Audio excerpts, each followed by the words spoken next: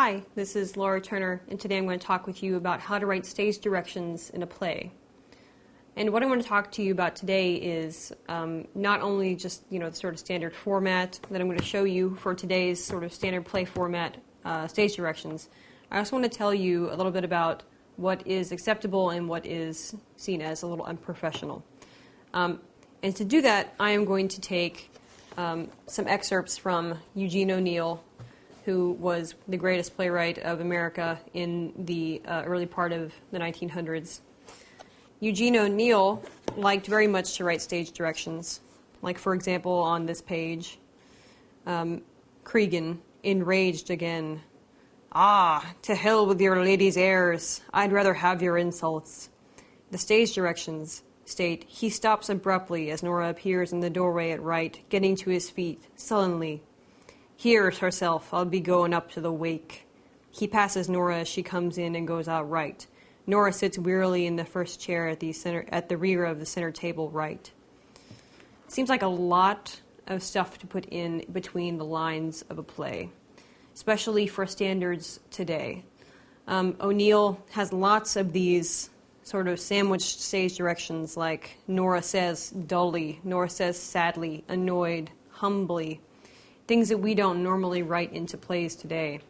These stage directions are usually called emotional stage directions. And if you write lots of stage directions like this, performance companies will usually think that you are an amateur and that you believe you have to put in these stage directions in order to convey the meaning of the line without actually having to write it into the line.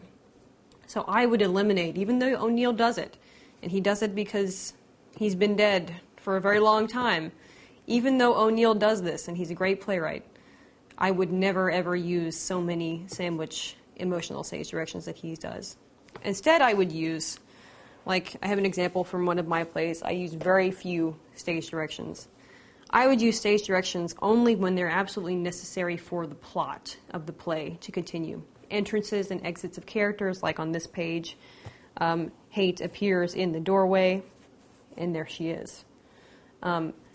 Things like that. Because otherwise, it's going to be either cut by the director, and the director is going to say the playwright is trying to block my play for me. He's trying to tell him to get to his feet, and also sullenly he's trying to direct the emotion and the motion of the character.